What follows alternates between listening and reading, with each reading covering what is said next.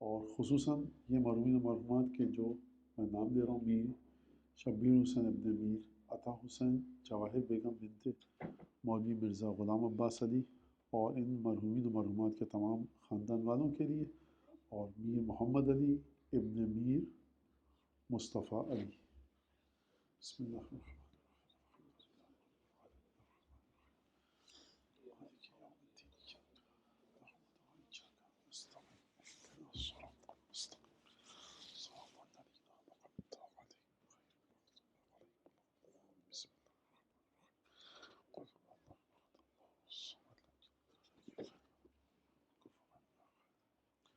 اللهم صل على محمد وعلى محمد وعجل فرجهم۔ پروردگار شب جمعہ ہے اور زائرین سید الشہداء شب جمعہ کی زیارت کے لیے جاتے ہیں، ان کی زیارت کے صدقے میں، اور جو بھی قبور مطہرہ ائمہ کے زوار ہیں آج کی شب، ان تمام زائرین کی زیارت کے صدقے میں پروردگار ہم سب کے گناہ معاف فرمائے اور ہمارے مرحومین و مرحومات پر اپنی مغفرت اور رحمت کے انوار کو نازل فرمائے۔ درود بھیجیں محمد علی محمد پر۔ اللهم صل على محمد وآل محمد۔ اعوذ باللہ من الشیطان الرجیم، بسم اللہ الرحمن الرحیم۔ الحمد للہ الذی جعل الحمد مفتاحا لذکرہ وسببا للمزید من فضلہ ودلیلا علی آلائہ وعظمتہ، ثم الصلاة والسلام على عبده وامین وحیہ وخاتم رسولہ سیدنا و مولانا بالقاسم محمد اللهم صل على محمد وآل محمد وعلى أهل بيته الطيبين الطاهرين الذين أذهب الله عنهم الرجس وطهرهم تطهيرا۔ اللهم صل على محمد وآل محمد واللعن الدائم على أعدائهم أجمعين۔ أما بعد، فعن الإمام أبي عبد الله جعفر بن محمد الصادق أنه قال: أتخلون وتتحدثون وتقولون بما شئتم؟ قال: بلى، نخلو ونتحدث ونقول بما شئنا۔ فقال عليه السلام: إني والله لا أحب أرواحكم وريحكم، أحيوا أمرنا رحم الله من أحيا أمرنا۔ آج کی جو خطبہ ہے، جو تقریر ہے، اس میں نے ایک حدیث پڑھی ہے امام کی۔ امام کا ایک شاگرد چاہنے والا ہے، چھٹے امام کا امام کی خدمت میں حاضر ہوتا ہے۔ امام کہتے ہیں کہ کیا تم لوگ جو ہمارے چاہنے والے ہو خالص، وہ مل کر اکٹھے بیٹھتے ہو، گفتگو کرتے ہو، جو تمہارا جی چاہتا ہے وہ تم کہتے ہو؟ راوی نے کہا جی، جو ہمارا جی چاہتا ہے وہ کہتے ہیں، مل کر بیٹھتے ہیں اور گفتگو کرتے ہیں۔ فرمایا کہ میں تمہاری روحوں سے اور تمہارے جو بدن سے نکلنے والی بو ہے اس سے محبت کرتا ہوں۔ احیو امرنا، ہمارے امر کو زندہ کرو، رحم اللہ من احیا امرنا۔ یہ جو تمام کے تمام ممبر، مجلس، اعمال، قرآن سر پہ رکھنا، جوشن کبیر، یہ تمام کی تمام چیزیں حصہ ہیں اس حدیث کا کہ ہمارے امر کو زندہ کرو۔ ہمارا امر کیا ہے؟ واضح ترین چیز ہے ولایت جناب امیر المومنین، 12 اماموں کی امامت، 4 معصومین کی عصمت۔ اب یہ ایک بڑا اہم مسئلہ۔ اچھا، ایک اور لفظ ہے ہمارے یہاں معارف اہل بیت، تعلیمات اہل بیت، یعنی کیا مطلب؟ اہل بیت اس چیز کو کس طرح سے دیکھتے ہیں؟ نماز پڑھنے کا طریقہ، عقائد، اخلاق، قرآن کی تلاوت، گھر کے اندر کیسے رہا جائے۔ آپ سمیٹ کے کبھی اس کو فقہ کہتے ہیں، کبھی اخلاق اہل بیت کہتے ہیں، کبھی آپ کہتے ہیں کہ صاحب روحانیت، کبھی کہتے ہیں معنویت، کبھی آپ کہتے ہیں کہ اچھا کیسے بنا جائے، کبھی آپ کہتے ہیں کہ حدیث ثقلین کے مطابق زندگی گزاری جائے۔ ان تمام کی تمام چیزوں کو سمیٹ کر ایک نام دیا گیا، اسے کہا گیا معارف اہل بیت۔ یعنی دنیا اور آخرت کے اندر جب بھی آپ کو کوئی کام کرنا ہے، اس کا طریقہ کیا ہے۔ یقیناً اہل بیت نے یہ نہیں بتایا ہے کہ کوئی ہارٹ سرجن اگر ہے، کارڈیولوجسٹ ہے، وہ سرجری کس طرح سے کرے۔ قوانین ضرور دی ہیں کہ دیکھو نہیں آتا جو کام وہ مت کرو، یہ حدیثوں میں بے تحاشا ملتا ہے۔ تو اب آپ بچے پوچھیں گے مولانا امام نے نیورو سرجری کے بارے میں کیا کہا؟ کچھ نہیں کہا۔ یہ کیسے ہو سکتا ہے؟ امام نے وہ باتیں بتلائی ہیں کہ جو کسی یونیورسٹی میں آپ کو نہیں سکھائی جا سکتی۔ کون سی یونیورسٹی بتا سکتی ہے آپ کو کہ مرنے کے بعد کیا ہوگا؟ کون سی یونیورسٹی بتا سکتی ہے آپ کو کہ پولیس رات پہ کیا ہوگا؟ تو جو یونیورسٹی میں بتایا جاتا ہے وہ وہاں سے سیکھیے. اس کے بھی طریقے ائمہ نے بتائے ہیں کہ کسی بھی علم کو سیکھنا ہے, ڈاکٹر بننا ہے, انجینئر بننا ہے, پائلٹ بننا ہے, کوئی بھی کام کرنا ہے, کس طرح سے جا کر کرو اور کس طرح سے سیکھو, وہ ایک الگ چیز ہے. ایک تو یہ بات. تو اب آپ دیکھیے کہ امام فرمانے چھٹے امام کہ مل کر بیٹھو, ہمارے امر کے مطابق بات کیا کرو, ہمارے امر کو زندہ کرو. خدا کی رحمت ہو اس پر کہ جو ہمارے امر کو زندہ کرے. اور فرمایا کہ انی لودت, تو میرا بڑا جی چاہتا ہے کہ میں تمہارے ساتھ ان محفلوں میں بیٹھوں. تو مجھے آپ ایک سوال کا جواب دیجیے, اگر ہم یہاں بیٹھیں اور اگر ہم امام کے امر کے مطابق بات کریں تو انشاءاللہ کہ ہم اس حدیث میں شامل ہوں گے. اچھا, میں جو گفتگو کروں یہاں پر کوئی بہت بڑا مرجع تقلید آ جائے, یہاں پر فرض کی شیخ مفید آ جائیں, ممبر میں میری جگہ بیٹھ جائیں, شیخ طوسی آئیں, اور یہاں پر سلمان فارسی آ جائیں, چلیے یہاں پر حضرت ابو الفضل عباس اگر گفتگو کریں آپ کے لیے انشاءاللہ, تو جو بھی گفتگو کریں گے وہ امام صادق کے علم سے آگے تو نہیں ہوگی, ہے کہ نہیں ہے. لیکن اس کے باوجود بھی خود امام کو ولایت کے بارے میں ائمہ نے جو چیزیں سکھائی ہیں اس کے بارے میں گفتگو کرنا, سیکھنا, سکھانا اتنا اچھا لگتا ہے کہ امام چاہتے ہیں وہاں پر موجود رہیں. اچھا, آپ کچھ سوال کریں گے, میں کچھ بات کروں گا, میں کچھ سوال کروں گا, آپ کوئی جواب دیں گے. تو اگر فرض کیجئے کہ ائمہ میں سے کوئی اپنے ظاہری جسم کے ساتھ یہاں موجود ہو, ویسے تو ہمارا عقیدہ ہے کہ ہمارے اعمال امام کے پاس جاتے ہیں, ظاہری جسم کے ساتھ موجود ہو یا امام کی روحانی جو پہلو ہے اس کے حساب سے امام یہاں موجود ہیں, دونوں لحاظ سے, تو کوئی بھی چیز امام کے علم سے آگے نہیں ہوگی, یا ہوگی؟ نہیں ہوگی. لیکن اس کے باوجود امام کو پسند ہے یہ محفلیں, امام چاہتے ہیں وہاں جا کر بیٹھیں. یہ ایک بڑی اہم چیز ہے. اس کی مثال, بہت آسان مثال وہاں پر ہے کہ جہاں پر امام یہ فرماتے ہیں کہ جب مرثیہ پڑھنے والا آتا ہے تو امام نے اس سے پوچھا کہ تم نے سنا نیا مرثیہ کہا ہے کوئی؟ کہا کہ جی. کہا سناؤ. ابھی جو مرثیہ اس نے لکھا ہے تو اس میں کون سی ایسی بات ہوگی جو امام کو نہ پتہ ہو؟ اس کے اندر کیا ہوگا مرثیے میں؟ قرآن ہے؟ نہیں. حدیث ہے؟ نہیں. اس کو امیر المومنین نے ڈکٹیٹ کروایا یہ مرثیہ؟ نہیں. اس نے خود اپنے ذہن کے مطابق لکھا ہے. یعنی اب کنکلوژن, آپ کے جو جذبات اہل بیت کی تعلیمات کے مطابق ٹیچنگز ہوں اہل بیت کی, پرنسپلز ہوں, بیسک لاز ہوں اہل بیت کے, ریئلٹی ہو اہل بیت کی طرف سے, ایموشنز اور سینٹیمنٹس ہوں آپ کے, اسے کہتے ہیں مرثیہ. ٹھیک ہے. اس کی بھی اتنی پرائس اور ویلیو اور قیمت ہے کہ امام کہہ رہے ہیں کیونکہ ہم سے لے کر تم نے اپنے جذبات کی زبان میں ڈھالا ہے, بتاؤ ہمیں کیا کہا ہے. تو یہ ویلیو ہے آپ کے احساسات کی, جذبات کی حتیٰ. اس کو معمولی مت سمجھیے گا کہ ائمہ کی نسبت غدیر پہ آپ خوش ہو رہے ہیں, 3 شعبان کو آپ خوش ہو رہے ہیں, عید الفطر کے دن آپ خوش ہیں, بقرعید کے دن آپ خوش ہیں, 24 مباہلے کے دن, 24 ذی الحج کے دن آپ خوش ہیں. کیا خوشی اور کیا فائدہ ایسے خوش. امام نے اسی خوشی کو ہماری اس کی قیمت لگائی ہے کہ خوش ہونا ہم چاہتے ہیں. اور پھر اس کے بعد آگے بڑھتی ہے بات کہ ہماری حدیثیں دلوں کو زندہ کرتی ہیں.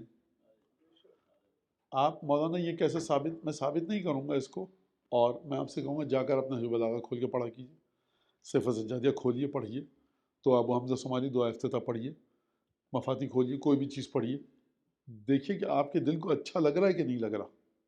اگر اچھا لگ رہا ہے اس کا مطلب ہے کہ امام کی بات کو خود آپ نے سچ ثابت کر دیا. کل گفتگو یا دعا ابو حمزہ صومالی کے حوالے سے بعض مومنین سے, تو جو درود پڑھے محمد آل محمد.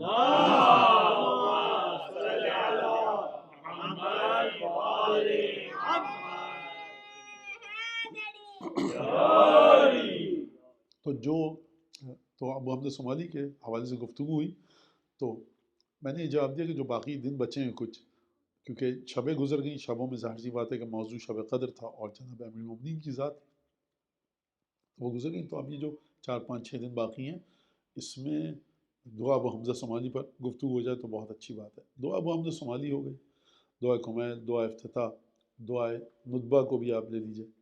ان کے ترجموں کو پڑھنے کی عادت ڈالیے. کبھی بھی آپ موبائل سب کے پاس ہے, نکالیے, انگریزی میں, اردو میں, آپ لکھیے بٹن دبائی ٹرانسلیشن دعا کمیل کا, پڑھیے. بیچ میں سے کہیں سے بھی پڑھیے، دیکھیے کہ آپ کو کیسا لگ رہا ہے، فیل کیسا ہو رہا ہے. کوئی بھی دعا، یہ آپ کے ذہن میں ایک فولڈر بنے، ایک خانہ بنے اس بات کا کہ مجھے کسی نہ کسی زیارت کی دن میں 1 دفعہ 2 دفعہ ترجمہ ضرور پڑھنا ہے. آدھا، پورا، 0.75، 0.25%، کتنا بالآخر آپ کو پڑھنا ہے ترجمہ، تاکہ آپ کا دل جڑ سکے، آپ کو یہ فیل ہو سکے کہ ان ہستیوں کے جملے دلوں کو زندہ کرتے ہیں. ہم براہ راست دعا بحمد صومالی پر آئیں. وہ یہ کہ سب سے پہلے دعا بحمد صومالی، ایک چیز یہ جو میں نے لفظ آپ کے سامنے کا معارف اہل بیت، یہ معارف اہل بیت کرتا کیا ہے اگر آپ کے پاس صحیح معنوں میں آ جائے تو یہ آپ کو بڑا خطرناک آدمی بنا دیتا ہے. سب سے پہلے خطرناک اس کی یہ ہے کہ بہرحال دیکھیں آزاد ملک میں بیٹھے ہیں، آسٹریلیا میں، اور اس ملک کی خوبی یہی ہے ان ملکوں کی کہ ذرا جرت دیتی ہے آدمی کو بات کرنے کی. پاکستان میں تو خیر ڈرنا تو یہاں بھی چاہیے کیونکہ بیٹھے ہوئے بہرحال انڈو پاک کے لوگ ہیں، لیکن تو بہرحال تو یہ جو ہے اگر معارف اہل بیت جس طرح سے اہل بیت چاہتے ہیں پھیل جائیں سوسائٹی میں، تو پھر ہر امامے والا جتنا بھی 20-25 میٹر کا امامہ ہو یہاں بیٹھتے ہوئے ڈرے گا ضرور. یہ تو ہماری قسمت اچھی ہے کہ معارف اہل بیت پھیل نہیں پائے معاشرے میں. ہم مولانا صاحبان کی تو ہم بڑے سکون سے بیٹھ جاتے ہیں، لیکن اگر علم ہو کہ یہاں پر سب کو زیارتیں عاشورہ، وارثہ، جامع کبیرہ، دعاؤں کے ترجمے رٹے ہوئے ہیں، تشریحات رٹی ہوئی ہیں، تو اچھا خاصا انسان بیٹھے تو پیشانی پر پسینہ آ جائے گا اس کے کہ کیا بات کی جائے. خیر یہ ذرا سا آپ مسکرا دیں اس لیے میں نے بات کہی، لیکن ہے بات سچی ہے. تو اب یہ کرتی کیا ہے تعلیمات، ایجوکیشن اہل بیت کی کرتی کیا ہے؟ اہل بیت کی تعلیمات یہ کرتی ہے کہ آپ کو ایک عجیب طرح کی کریج اور بہادری اور اوڈیسٹی دیتی ہے. وہ کیا ہے وہ میں سمجھاتا ہوں آپ کو. 9 امام بنے کتنے سال کی عمر میں؟ 8 سال کی عمر میں. 8، 6، 9، تاریخ جو بھی ہے. اب آپ مجھے بتائیے یہاں پر اس وقت ایک 8 سال کا بچہ ہے اور میں جھک کر اس کے پیر چوموں، ہاتھ چوموں اور بھاگ کے جاؤں، ابا گر جائے، امامہ گر جائے، ننگے پیر بھاگتے سڑک پہ جاؤں، تو آپ کہیں گے کہ مولانا کچھ طریقہ ہے، کچھ تمیز ہے، ادب ہے، کچھ تہذیب ہے. آپ امامہ ہے، آپ کتنا مطلب آپ داڑھی اور یہ سفید بال ہو گئے ہیں اور آپ یہ ایسے. تو یہ ایک مسئلہ ہے. 9 امام جب آئے، 2 واقعات بتاؤں گا مختصر سے. 7ویں امام کے کچھ شاگرد 8ویں امام کے اور 7ویں امام کے شاگرد بیٹھے تھے، یعنی امام تقی علیہ السلام کے دادا اور امام تقی علیہ السلام کے والد کے شاگرد. میٹنگ ہوئی، کہا یہ بچہ امام بن گیا. کہا کہ ہاں. کہا کہ رک جاؤ، ابھی امامت پر گفتگو مت کرو محمد تقی کی، پہلے دیکھنے دو کہ اس کا اختبار کرو، امتحان لو، دیکھو حکمت اور علم ویسا ہے کہ نہیں ہے. تاکہ پھر اس کے بعد ایک شاگرد نے کہا یہ اچھا آپ جو یہ کہہ رہے ہیں سرکار پریشان ہو رہے ہیں، یہ آپ 2024 میں پریشان ہو رہے ہیں. اگر یہ آپ ہوتے 203 میں، تب میں آپ صاحبان سے پوچھتا کہ آپ اس طرف بیٹھے ہیں یا اس طرف بیٹھے ہیں. یہ شیخ مفید کی زحمت ہے، یہ شیخ توسی کی زحمت ہے، یہ علامہ ہلی کی زحمت ہے کہ میرے لیے کربلا واضح ہے بالکل. امام حسین میں بالکل ایک جیسے ایک آرام سے بالکل پانی پیتا ہے، امام حسین کا مسئلہ مجھے ویسا حل ہے بالکل. کربلا میں ادھر نماز تھی نہیں تھی، آپ سوچتے ہی نہیں. تو یہ مت سمجھیے آپ کہ آج اتنی آسان، آپ اگر 61 ہجری میں ہوتے جب کی بات تھی. صفین اور جمل کے اندر لوگوں کا دانتوں میں پسینے آ گئے تھے. کیوں آ گئے تھے؟ لہٰذا یہ جو آپ بیٹھ کے اتنی آسانی سے مانا، یہ تو بات واضح ہے، مولا علی صفین اور ادھر وہ جمل میں واضح، نہروان میں واضح، ابن ملجم پہ لعنت. یہ آپ 1400 برس کے گیپ کے بعد کہہ رہے ہیں جب چیزیں سیٹل ڈاؤن ہو گئی ہیں. اتنا آسان نہیں ہے یہ، اور اس پہ شکریہ ادا کیجیے آپ تمام محدثین کا. گفتگو ہوئی تو دوسرے صحابی نے بعض جگہ ملتا ہے کہ اس کا گریبان پکڑ لیا یا کیا، بھارت بڑے متشددانہ اور ایک جس کو آپ ڈومیسٹک وائلنس کہتے ہیں اس میٹنگ میں آ گیا. وہ اس نے کہا اگر یہ خدا کے حکم سے امام ہے تو 1000 برس کا بھی ہو جائے یا 6 برس کا کوئی فرق نہیں ہے، اور اگر خدا کے حکم سے امام نہیں ہے تو یہ 1000 برس کا بھی ہو جائے کوئی فائدہ نہیں رکھتا. یہ ہے اہل بیت کی تعلیمات، آپ کو عقل، شعور اور حکمت عطا کرتی ہے. خوب توجہ کیجیے گا اس بات کے اوپر. یہ جو ابو حمزہ صومالی ہے، ثابت ابن دینار نام ہے اس کا. یہ امام سجاد کا شاگرد ہے، امام باقر کا شاگرد ہے، امام صادق کا شاگرد علیہ السلام. امام موسیٰ کاظم کے زمانے میں تھا، لیکن امام موسیٰ کاظم سے ملاقات نہیں ہو سکی. جب واقعہ بڑا تفصیل کے ساتھ نقل کیا ہے بحار الانوار میں علامہ مجلسی نے کہ اس ابو حمزہ صومالی تک ساتویں امام کی امامت کیسے پہنچی. یہ ہم اب ثابت ابن دینار کا قصہ کیوں بتا رہے ہیں ابو حمزہ صومالی کا؟ کیونکہ دعا ان سے منسوب ہے جو امام سجاد کی ہے. تو افراد کی شخصیت کو سمجھیے اور اس کے بعد دیکھیے کہ کس سطح کے لوگ تھے.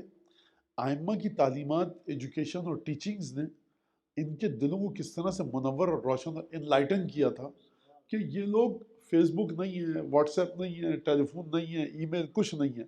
گھوڑے پہ جائے گا خط جب یہاں سے بیٹھ کر تو آپ جائیں گے صاحب ساحل سمندر تک، کشتی میں بیٹھے گی وہ کشتی جائے گی کہاں پھر کہاں، اور پھر اس کے بعد وہ بصرے سے پھر وہ کوفے سے پھر وہ ایک عجیب سلسلہ ہے. اچھا یہ ہینڈ رائٹنگ جو آئی ہے امام کی ہے کہ نہیں، یہ کتنی مشکلات ہیں. اس کے باوجود آپ سلام کیجئے ائمہ کو اور ان کے اصحاب کو کہ کس طرح سے اس دور میں کہ جب کمیونیکیشن کے کوئی بھی راستے اور ویز آف کمیونیکیشن ریلائبل نہیں تھے، اس کے باوجود انہوں نے پوری احتیاط کے ساتھ ریالٹیز کو ٹرانسفر کیا کئی ہزار کلومیٹر دور بیٹھے ہوئے لوگوں تک. یہ خود معجزہ ہے. آج آپ پوچھ رہے ہوتے ہیں کہ مولانا یہ آیا واٹس ایپ پہ، صحیح ہے واٹس ایپ پہ آیا ہے، گوگل ہے، چیک کیجئے. اس زمانے میں کو دیکھیے آپ، تو یہ معجزے سے کم نہیں ہے بات. اور اس زمانے میں ہمارے مومنین جو عشاء کی نماز کے بعد یہ دعا پڑھے گا یہ ملے گا، جو شب قدر کو یہ کرے گا، بالکل ٹھیک ہے، اچھی بات ہے. نیچے کتاب کا نام دیکھا ہے آپ نے؟ جی مولانا یہ ہماری 4 کتابوں میں سے تو نہیں ہے. جب ہماری کتابوں میں سے نہیں ہے تو آپ ایک بٹن ہے اس کا نام ہے ڈیلیٹ، ہٹائیے اس کو. یعنی ائمہ کے زمانے میں اصحاب ائمہ جب کسی غلط آدمی سے کوئی چیز آتی تھی تو سنتے ہی نہیں تھے، اس کو توجہ ہی نہیں کرتے تھے، اور اگر توجہ کرتے تو خاص پروسیس اور پروسیجر کے تحت. خیر واقعہ بڑا تفصیل کے ساتھ ہے. راوی کہتا ہے کہ میں نے دیکھا کہ مسجد کوفہ میں ایک بوڑھا شیخ بیٹھا ہوا ہے جو درس دے رہا ہے. ہم بیٹھے تھے وہاں پر، اور یہ واقعہ کب کا؟ 148 ہجری کا. یہ جو واقعہ بتا رہا ہوں 148، یہ کون سا سال ہے جب امام صادق شہید ہوئے. ایک شخص آیا مٹی میں گرد میں اٹا ہوا اور کہا کہ کہاں سے آ رہے ہو. یہ میں نے کیوں کہا مٹی میں اٹا ہوا، گرد میں اٹا ہوا؟ کیونکہ روایت میں نہیں ہے، لیکن جیسے یہ داخل ہوا تو اس شیخ نے، اس بوڑھے نے پوچھا کہاں سے آ رہے ہو. اس کا مطلب ہے کہ حلیہ ایسا تھا کہ اس نے کہا یہ مسافر ہے. ورنہ یہاں پہ کوئی آدمی اگر بڑے مناسب کپڑوں میں آئے تو آپ اس سے نہیں پوچھیں گے آپ کہاں سے آ رہے ہیں. مٹی میں اٹا ہوا ہو یا برف میں یا بھیگا ہوا تو آپ ایک غیر معمولی چیز آپ پوچھتے ہیں کہاں سے آ رہے ہو. کہا کہاں سے آ رہے ہو؟ کہا مدینے سے. کہا کس حال میں آئے ہو؟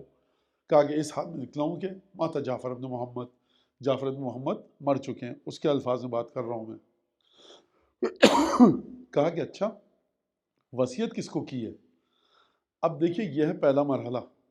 یہ شیخ جو ہے امام صادق علیہ السلام کا شاگرد ہے. یہ کون شیخ ہے جو درس دے رہا ہے بیٹھ کر کوفے کی مسجد میں؟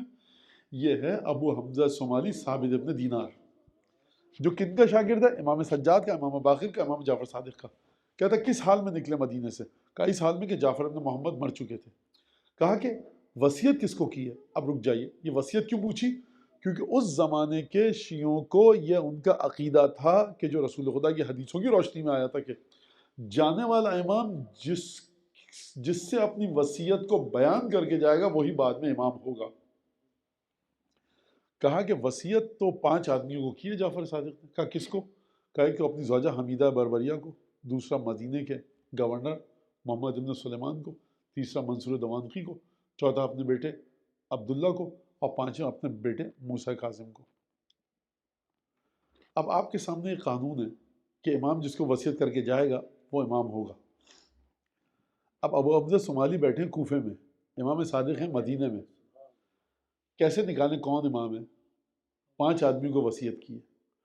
آپ کو مولانا منصور دوانقی تو کوفے کا گورنر، یہ بات آپ نہیں کہہ سکتے 2024 میں بیٹھ کے آپ کہہ سکتے ہیں. جائیے 148 ہجری میں ابھی اس مدرسے کو واٹس ایپ کا نمبر ہے، اس مدرسے کو کرتے ہیں. ابھی وہ نجف میں ہمارے چچا رہتے ہیں، وہ قم میں ہمارے ماموں رہتے ہیں، فلاں جگہ پہ کراچی میں ہمارے وہ ہیں، لکھنؤ میں ان کا مدرسہ، ان کو کرتے ہیں. ابھی سرکار کچھ نہیں ہے، 5 آدمیوں کو وصیت کی ہے. ابو حمزہ صومالی نے کہا اچھا پہلی بات ہے جب سنا کہ امام صادق شہید ہو گئے، چیخ ماری ابو حمزہ صومالی نے اور گر گئے زمین پر. پہلی بات تو محبت. اس کے بعد جب ہوش آیا کہا کہ وصیت کیوں 5 آدمیوں کو وصیت، تو کہا کہ سبحان اللہ واضح ہو گیا میرے لیے. بھائی تمہارے لیے کیسے واضح ہوا؟ ایک کو تھوڑی وصیت. کہا کہ دل علی الکبیر وبین الصغیر وسر امرا عظیما. اب حمزہ صومالی کے جملے سنیے گا. کہا سبحان اللہ کیا کہنے میرے امام کے، چھوٹے کے بڑے کے عیب کو بتایا، امامت کو واضح کیا، اور ایک بہت بڑی بات کو چھپا کے اپنے ساتھ لے گئے.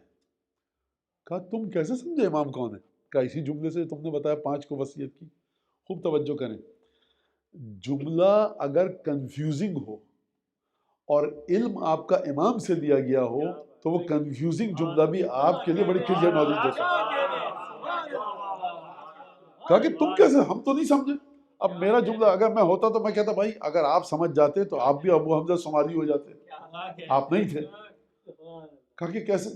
کہا کہ دیکھو اب یہ میرے الفاظ ہیں سمجھانے کے لیے، خاتون امام ہو نہیں سکتی. حمیدہ بربریہ زوجہ نکل گئی.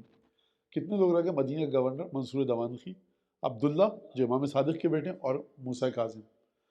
منصور دوانخی امام ہو نہیں سکتا. بہت ساری وجوہات ہیں. سب سے پہلی وجہ کہ نسل فاطمہ میں سے نہیں ہے، اور اس کے علاوہ بہت سارے. اب میں کیا بتاؤں، کوفے کا گورنر، مدینہ کا گورنر امام ہو نہیں سکتا کیونکہ نسل فاطمہ سے نہیں، رسول خدا کی اولاد سے نہیں. رہ گیا کون؟ عبداللہ ابن، جو عبداللہ امام صادق کے بیٹے، اور موسیٰ کاظم. عبداللہ کے وجود میں، عبداللہ کے ساتھ ایک ایسی علامت تھی کہ جو ہمیں پتا ہے، امام نے بتایا جس میں یہ علامت ہوگی وہ امام نہیں بن سکتا.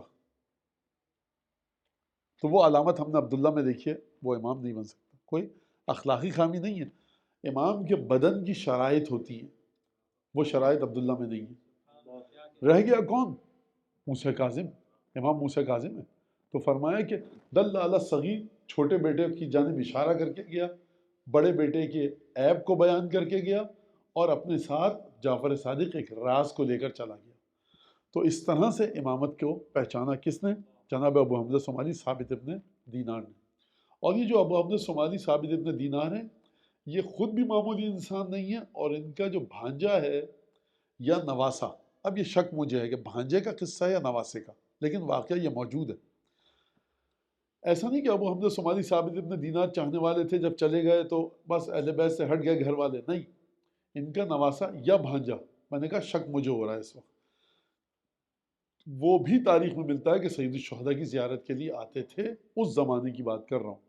اور واقعہ موجود ہے کہ جب جا رہا تھا ان کا بھانجا یا نواسا، تو ایک آدمی نے، بہت طویل قد و قامت کا تھا، دیو ہیکل، اور بہت ایک جائگنٹک قسم کا، جو بقول آپ لوگ کہتے ہیں، تو وہ آیا، اس نے روک دیا، کہا کہ مت جاؤ زیارت پہ. رات کا وقت تھا، یہ چھپ گئے جا کر. اور آپ جانتے ہیں کہ یہ کربلا ایک کچھ گھر تھے عباسیوں کے زمانے میں یہاں پر، اور باقاعدہ شہر آباد نہیں ہوا تھا. امام حسین علیہ السلام کی قبر دور سے دکھتی تھی واضح، اور گنبد بہت بعد میں بنا، ورنہ ایک قبر تھی اور چاروں طرف میدانی علاقہ تھا. یہ اب کی بات ہے، یہ کچھ 1000 سال بعد کے بعد کی بات ہے کہ اس طرح سے بنا. خیر چھپ گئے، پھر ادھر سے گئے، پھر وہ ایک اور آدمی آ گیا، پھر ادھر سے گئے. کہا کہ آخر تم لوگ، میں اپنے کام سے جا رہا ہوں. کہا کہ دیکھو اس وقت جناب موسیٰ زیارت کے لیے آسمان سے اتر کر آئے ہیں امام حسین کی قبر کی زیارت کے لیے، اور ہم ملائکہ ہیں کہ جو قبر کو ہم نے قرق کر لیا، کارڈن آف کر لیا. کسی بھی غیر نبی کو، کسی بھی عام انسان کو اس وقت جانے کی اجازت نہیں ہے. تو اب ہم نے صومالی کا نواسا یا بھانجا کہتا ہے کہ ایک دفعہ شوق لگا، اسے عجیب حیرت ہوئی. کہنا صبح ہو جائے گی، میں جب صبح ہو جائے گی جاؤں گا تو دیہات والے دیکھ لیں گے، مجھے پکڑ کر بادشاہ کو دے دیں گے اور میری مشکل ہو جائے گی. کہا کہ صبح کی روشنی میں آنا، یہ ہم ضمانت دیتے ہیں تمہیں کچھ نہیں ہوگا. یہ چھپے بیٹھے رہے. صبح کا سورج نکلا، اور اس کے بعد یہ سورج کی روشنی میں گئے، زیارت کر کے آئے، اور کسی نے ان کو کچھ نہیں کہا. تو یہ خاندان اس طرح کا ہے ابو حمزہ صومالی. اب یہ جو دعا کا مسئلہ ہے، آئمہ کی دعاؤں کا مسئلہ یہ ہے کہ ان دعاؤں میں آئمہ نے عقائد کو بھی بیان کیا، آل محمد کے فضائل کو بھی بیان کیا، اور جو انسان کو خدا کی بندگی کے سلسلے میں، عبودیت کے سلسلے میں، خدا کی عبادت کس طرح سے کی جائے، ان تمام ٹاپکس پر آئمہ نے ان دعاؤں میں، سپلیکیشنز میں گفتگو کی ہے. یعنی آپ کو بڑے مشکل قسم کے پرابلمز اور ایشوز جو ہیں وہ سالو ہوتے ہوئے دکھیں گے ان دعاؤں میں. اگر امیر المومنین نہیں فرماتے نہج البلاغہ میں کہ بِأَسْمَائِكَ الَّتِي مَلَأَتْ أَرْكَانَ كُلِّ شَيْءٍ، تیرے ان ناموں کی قسم دیتا ہوں تیرے وہ نام جنہوں نے ہر چیز کی فاؤنڈیشن اور پلر کو اور بنیاد کو بھر دیا ہے. یہ ایک چیز ہے، اس پہ جا کر کام کیجئے، مطالعہ کیجئے. وَبِرَحْمَتِكَ الَّتِي وَسِعَتْ كُلَّ شَيْءٍ، تجھے اس تیری رحمت کا واسطہ جس نے ہر چیز کو اپنی لپیٹ میں لے رکھا ہے. پھر امیر المومنین گناہوں کی ڈویژنز بتاتے ہیں اور کلاسیفیکیشن بتاتے ہیں، تقسیم کرتے ہیں. وہ گناہ کہ جو عزت کو ختم کر دیتے ہیں، وہ گناہ جو بیماریوں کو نازل کرتے ہیں، وہ گناہ جو غضب کو نازل کرتے ہیں. اگر جناب امیر یہ نہ بتاتے تو کسی کی سمجھ میں آ سکتا تھا کہ گناہ 6 قسم کے ہیں، 7 قسم کے ہیں. کچھ گناہ ایسے ہیں جو بیماریاں لاتے ہیں، پیسہ نہیں چھینتے. کچھ گناہ ایسے ہیں جو پیسہ چھین لیتے ہیں. کچھ گناہ ایسے ہیں جو نہ پیسہ کم ہوتا ہے، نہ بیماریاں نازل ہوتی ہیں، بلکہ ایسے ہوتے ہیں کہ معاشرے میں انسان کی عزت چلی جاتی ہے. لہذا گناہ کی تمام کلاسیفیکیشن ٹائپس بتا کر جناب امیر بتا رہے ہیں کہ دیکھو گناہ اس طرح کے ہوتے ہیں. یہ آپ غور فرمائیے. اور اس کے بعد آخر میں آ کر درود بھیجیں جناب امیر آل محمد پر. اس کا مطلب یہ ہے کہ دعاؤں میں آل محمد کی ایک خاص حیثیت ہے، ایک خاص اہمیت ہے. تو یہ جو دعا ابو حمزہ صومالی ہے، یہ امام سجاد کے اس شاگرد سے ہم تک نقل ہو کر آئی ہے. اور آپ اسی طرح جا کر دعا مکارم الاخلاق کو پڑھیے. دعا ابو حمزہ صومالی جس طرح سے آغاز ہو رہا ہے اس کا، یہ بڑے عجیب و غریب انداز سے آغاز ہو رہا ہے دعا ابو حمزہ صومالی کا. اور دیکھیے بڑی لمبی دعا ہے، گھبرائیے گا مت دیکھ کے. یہ دیکھ کے گھبرائیے گا مت. 6 دن کی 100 رکعت نماز پڑھنی ہے شب قدر میں. ایک پورا قرآن. کس نے کہا ایک قرآن پورا پڑھنا ہے آپ کو؟ پہلی رمضان کو تھوڑا سا پڑھیے، دوسری کو تھوڑا سا پڑھیے، 29-30 تک پورا ختم ہو جائے گا. وہ چائنیز کہتے ہیں کہ 10,000 کلومیٹر کا سفر پہلے قدم سے سٹارٹ ہوتا ہے. اور 10,000 کلومیٹر 1,00,000 کلومیٹر کچھ نہیں ہے. یہ صرف آپ کے اسٹیپس کو ملا لیتے ہیں آپ تو یہ 10,000 کلومیٹر بن جاتا ہے. اسٹیپس بڑھاتے رہیے، 10,000 کلومیٹر ختم ہو جائے گا. لوگوں نے اپنے 3-3 4-4 5-5 سال کی نماز قضا ادا کر لی. لوگوں نے اپنے 2-2 3-3 100 روزے ادا کر لیے قضا. لوگوں نے اپنے نہ جانے کتنے مالی معاملات کو سدھار لیا دھیرے دھیرے کام کر کے. جب انسان دھیرے دھیرے کام کرتا ہے خدا کی اطاعت اور عبادت کے لیے، خدا اس کی مدد کرتا ہے، اس کے لیے اپورچونیٹیز کو فراہم کرتا ہے. لیکن یہ انسان ہے کہ جو اپورچونیٹیز کو اویل کرنا سیکھے اور سمجھ جائے کہ میرے پاس یہ جو 1 گھنٹہ ہے، میں اٹھ کر اپنی 5 صبح کی نماز قضا ادا کر لوں. یہ جو میرے پاس 2 گھنٹے، یہ جو آج ویکینڈ پہ آ رہا ہے، چھٹی آ رہی ہے، سیٹرڈے سنڈے آ رہا ہے، ویدر بھی بڑا اچھا ہے، تو میں 2 روزے اپنا قضا ادا کر لیتا ہوں. نہیں، وہ اگلے ہفتے سے، اس سال تو ابھی تو لنچ پہ جانا ہے. میں آپ کو ایک بات بتا دوں، یہ قبر میں کوئی نہ لنچ والے آئیں گے آپ کے پاس نہ ڈنر والے. آپ کو خود اپنی قبر و قیامت کو چیک کرنا ہے. اور اس کے بعد یہ بھی مسائل ہیں کہ بیوی کبھی کہے گی، کبھی شوہر کہے گا آپ کو آج ہی روزہ رکھنا تھا جب میرے بھائی کیا جانا ہے.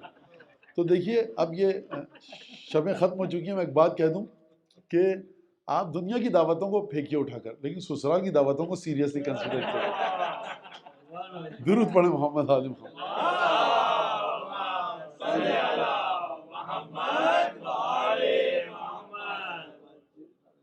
کیونکہ یہ بڑا ایک مسئلہ ہے اور دنیا پوری ایک طرف ہے اور سسرال کی ایک دعوت ایک طرف ہے. لہٰذا گھر میں یہ چپقلشیں ہوتی ہیں، تنازعات اس کو کیسے کیا جا سکتا ہے؟ ضد پہ نہیں، سمجھا کر بھائی دیکھو یہ مسئلہ ہے، ان ڈنر پہ چلے آتے ہیں. یعنی اگر آپ کو قبر و قیامت کا خیال رکھنا ہے تو کچھ نہ کچھ تھوڑا سا آپ کو دنیا والوں کو دیکھنا پڑے گا. اور یہ بات افہام و تفہیم کے ذریعے ہو سکتی ہے، سمجھا بجھا کر ہو سکتی ہے، کوئی ایسا مسئلہ اس میں نہیں ہے. تو یہ ٹائم کو اویل کرنا انسان سیکھے. آپ بیٹھے ہوئے فارغ ہیں، آپ نے مولانا بات کی دعا ابو حمزہ صومالی پر، یہ گوگل پہ دعا ہے ابو حمزہ صومالی ٹرانسلیشن، 5 منٹ پڑھ کے دیکھیں. 5 منٹ پڑھ کے دیکھ لیجئے کیا فیلنگ آتی ہے. تو اب ہم اس دعا کے اندر داخل ہو رہے ہیں. اصل یہ دعا کا فلسفہ ہے کیا؟ دعا کے بارے میں بے تحاشا حدیثیں ہیں ہمارے پاس. رسالت مآب نے کیا فرمایا؟ دعاؤں کے ٹاپک پر ہمارے بڑے بڑے فقہاء نے کتابیں لکھی ہیں. یعنی اگر اتنا آسان مسئلہ ہوتا تو یہ ہمارے فقہاء اس پہ اتنی کتابیں نہیں لکھتے جو بڑے بڑے فقہاء ہیں. شیخ طوسی نے کتاب لکھی ہے مصباح المتہجد. شیخ عباس قمی کو دیکھیے جو آپ کے آخری دور کے سب سے آخری محدثین میں سے ہیں جنہوں نے کتاب لکھی، اس کے باوجود لوگ کتابیں لکھ رہے ہیں۔ یہ دعا جو آئمہ مانگ رہے ہیں یہ ہے کیا؟ یہ عقل، وزڈم، نالج اور اپنے ایموشنز اور جو افیکشن اور ایک طرح کے کمپلیمنٹس، سینٹیمنٹس، محبت، عشق جو خدا کی نسبت ہے، اس کو ملا کر کس چیز کے ساتھ؟ وزڈم اور حکمت اور لاجک کے ساتھ امام پیش کر رہے ہیں۔ یہ کام سوا امام کے کوئی نہیں کر سکتا کہ لاجک کو جذبات کے ساتھ ملا کر پیش کیا جائے۔ جب آپ لاجیکل ویلیوز پہ بات کرتے ہیں تو لاجک ہے، ایموشنز ہیں، لیکن لاجک کو ایموشنز کے ساتھ ملا کر پیش کرنا یا یہ فاطمہ زہرا کے والد کا کام ہے یا شوہر نامدار کا کام ہے یا اولاد کا کام ہے، دنیا اس میں کچھ نہیں کر سکتی۔ محمد آل محمد، اللہم صلی علی محمد وآل محمد۔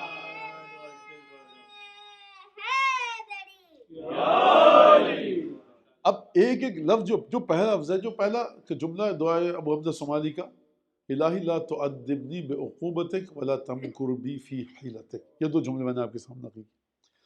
سب سے پہلے الہی لا تعذبنی، لا تعذبنی بعقوبتک۔ تعذبنی کا مطلب کیا ہے؟ تعذبنی نکلا ہے تعذیب سے۔ آپ نے سنا ہوگا اردو میں ایک لفظ ہے تعدیبی کارروائی، یعنی کیا مطلب؟ اگر تعدیبی کارروائی، اب یہ جو بچے یہاں پیدا ہوئے ہیں، آپ نے کوئی کام غلط کیا، گورنمنٹ کہتی ہے آپ کے اگینسٹ تعدیبی کارروائی ہوگی۔ یعنی کیا مطلب؟ یعنی آپ کے ساتھ ایسا کوئی کام کیا جائے گا کہ آپ کو پتہ لگ جائے کہ یہ کام آپ نے غلط کیا ہے۔ اگر آپ نے گورنمنٹ کی پراپرٹی کو نقصان پہنچایا ہے تو آپ سے پیسے لیے جائیں گے۔ اگر آپ نے گورنمنٹ کے خلاف کوئی اور بات کی ہے، اسٹیٹ کے خلاف بات کی ہے، تو آپ کو بتایا جائے کہ مت کیجیے۔ کوئی بھی ایسی چیز جس سے سوسائٹی میں کوئی خرابی آئی ہو، سوسائٹی میں انارکی پھیل جائے، سوسائٹی کا بیلنس خراب ہو جائے، آپ نے کسی کی پراپرٹی کو، کسی کی پوزیشن کو نقصان پہنچایا ہے، تو سب آپ کو صحیح کرنا پڑے گا جا کر، اور آپ کے ساتھ حکومت وہ کام کرے گی کہ آپ کو کرنا پڑے گا۔ تعدیب کہتے ہیں ادب سے نکلا ہے۔ ادب کسے کہتے ہیں؟ ادب کہتے ہیں مینرز کو، ادب کہتے ہیں ایٹیکیٹس کو، ادب کہتے ہیں کس طرح سے آپ کو کسی سوسائٹی میں رہنا ہے۔ تو امام فرمانے کہ پروردگار مجھے ادب سکھا، میں چاہتا ہوں تو مجھے ادب سکھا، لیکن سزا دے کر ادب مت سکھا، بغیر سزا کے ادب سکھا۔ یہ آپ دیکھ رہے ہیں کتنی عجیب بات ہے کہ بچے نے کوئی شیطانی کی، ماں نے اس کے جڑ دیا تماچا۔ ایک یہ بھی طریقہ ہے۔ دوسرا طریقہ یہ کہ بیٹا آئندہ مت کرنا، اس سے یہ نقصان ہوگا، تو یہ بھی ایک طریقہ ہے۔ ادب سکھا رہی ہے ماں، ایک دفعہ سزا دے کر، ایک دفعہ بڑے پیار کے ساتھ۔ تو امام فرمائے لا تعذبنی بعقوبتک، مجھے سزا دے کر، عذاب میں ڈال کے ادب مت سکھا، پہلی بات تھی۔ اب دیکھیے اس دعا کے ہر جملے پہ آپ کو اگر اعتراض ہوگا کہ امام یہ کیوں فرما رہے ہیں، تو آپ کو تمام دعاؤں پہ یہ اعتراض ہے کہ امام یہ دعا کیوں کر رہے ہیں۔ اس کے مختلف جوابات دی ہیں علماء نے، اور واضح ہے کہ امام اگر مقام عصمت پر ہیں تو یہ اس معنوں میں نہیں، یہ کوئی خاص معنی میں ہے، ہم اس معنی پہ ڈسکس کرنا نہیں چاہ رہے اس وقت، ورنہ پھر دعا اب ہم نے سمالی اول تو ہم آدھی بھی نہیں کر پائیں گے ان 5-6 دنوں میں، لیکن جتنی بھی ہو سکے۔ تو یہ امام کی گفتگو کرنے کا طریقہ ہے۔ کیا مطلب؟ کہ کس طرح خدا سے گفتگو کی جائے، اور خدا کے جو ڈیسیشنز ہوتے ہیں، خدا نے جو پلانز بنائے ہوئے ہمارے لیے، اس پر سے آپ پردہ کیسے اٹھائیں گے؟ اس کے اوپر ایک ویل پڑی ہوئی ہے، ایک نقاب ہے، ان ویل کیسے کریں گے اس کو؟ امام آ کر بتائیں گے کہ خدا کا ایک پلان یہ ہے، ایک پلان یہ ہے۔ امام سجاد نے فرمایا کہ لولا البدا، اگر مجھے یہ پتہ نہ ہوتا کہ خدا اپنے ارادوں میں تبدیلی کر دیتا ہے، تو میں تم کو قیامت تک ہونے والے تمام واقعات بتاتا کہ کیا ہوگا۔ لیکن اگر میں، اب یہ میرے یہاں سے ایکسپلینیشن، میری یہ تشریح، اگر میں چلا جاؤں اور تم کو بتاؤں کہ 1942 میں یہ ہوگا، میں یہ بتا کے چلا جاؤں اور 1942 میں وہ نہ ہو، تو تم یہ کہو گے کہ سید سجاد نے نعوذ باللہ جھوٹ بولا، جبکہ میں نے سچ بولا ہے۔ 1942 میں خدا کسی بھی مصلحت کو دیکھ کے کوئی بھی کام اس کام سے ڈیفرنٹ وے میں کر سکتا ہے جو میں تم کو بتا کر گیا ہوں۔ تو غور فرمایا آپ نے، یہ ایک بڑا اہم مسئلہ ہے، لہٰذا یہ ایک چیز ہے۔ اچھا، اب امام فرمائے لا تعذبنی بعقوبتک، پروردگار مجھے ادب مت سکھا، مجھے با ادب مت بنا سزا کے ذریعے۔ پہلا پوائنٹ، اس کا مطلب ہے کہ خدا کبھی کبھی کیا کرتا ہے، انسان کو، اپنے بندے کو کہتا ہے کہ تم ٹھیک سے ہو جاؤ میاں، اور سزا دے کر یہ کام کرتا ہے۔ دوسرا طریقہ کیا ہے؟ سزا دیے بغیر خدا ہم کو اچھا کر دے، تو دوسرا طریقہ کیا کیا جائے گا؟ وہ ہے محمد آل محمد سے توسل، وہ ہے حضرت حجت سے توسل کے جو ہمارے یہاں ہے کہ بی یدفع اللہ البلا، خدا صرف اور صرف میرے وسیلے سے بلاؤں کو دور کرتا ہے۔ یہ جو ذکر ہے نا چھوٹا سا، آپ ایک مجلس میں 10 20 30 دفعہ کرتے ہیں، اور وہ ذکر خدا سے کہتے ہیں خدا تو یہ کام کر دے، ہماری تو ہمت نہیں ہے۔ تو یہ واحد ایک کام ہے جو عبادت ہے، جو بندہ خدا سے کہتا ہے خدا ہے تو عبادت میں نہیں کروں گا، تو کر۔ ہر عبادت آپ کو خود کرنی ہے، روزہ، نماز، حج، زکوٰۃ، زیارت، عمرہ، اعتکاف، لیکن ایک عبادت ہے جو آپ خدا سے کہتے ہیں خدا یہ تو کر دے، ہے تو عبادت لیکن تو کر۔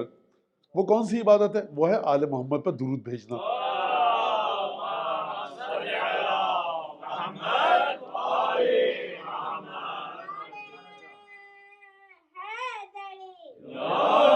آپ کیا کہتے ہیں؟ خود کہتے ہیں اللہم پروردگار تو درود بھیج۔ خدا کہ عبادت یہ ہے تو تم کیوں نہیں کر رہے؟ خدا یہ تیرے رسول نے اسی طرح سے بتایا ہے کہ صلوات جب بھی بھیجنی اس طرح سے بھیجنا۔ تو درود کثرت کے ساتھ، صدقات و خیرات کثرت کے ساتھ، استغفار کثرت کے ساتھ، یہ بہت سی ایسی چیزوں کو کہ جو برائیاں زندگی میں آ رہی ہوتی ہیں، خدا کی سزائیں آ رہی ہوتی ہیں، یہ چیزیں ٹالتی ہیں۔ یہ ہمیں روایت میں پتہ لگتا ہے۔ پہلا جملہ آپ نے سن لیا، وَلَا تَمْكُرْ بِي فِي حِيلَتِكَ، پروردگار تمکر کا مطلب کیا؟ مکر۔ حیلتی، حیلتک تیرا ہیلا، یہ ہیلا ہے کیا؟ اردو جاننے والے جانتے ہیں، ہماری اردو میں ایک لفظ ہے ہیلے بہانے۔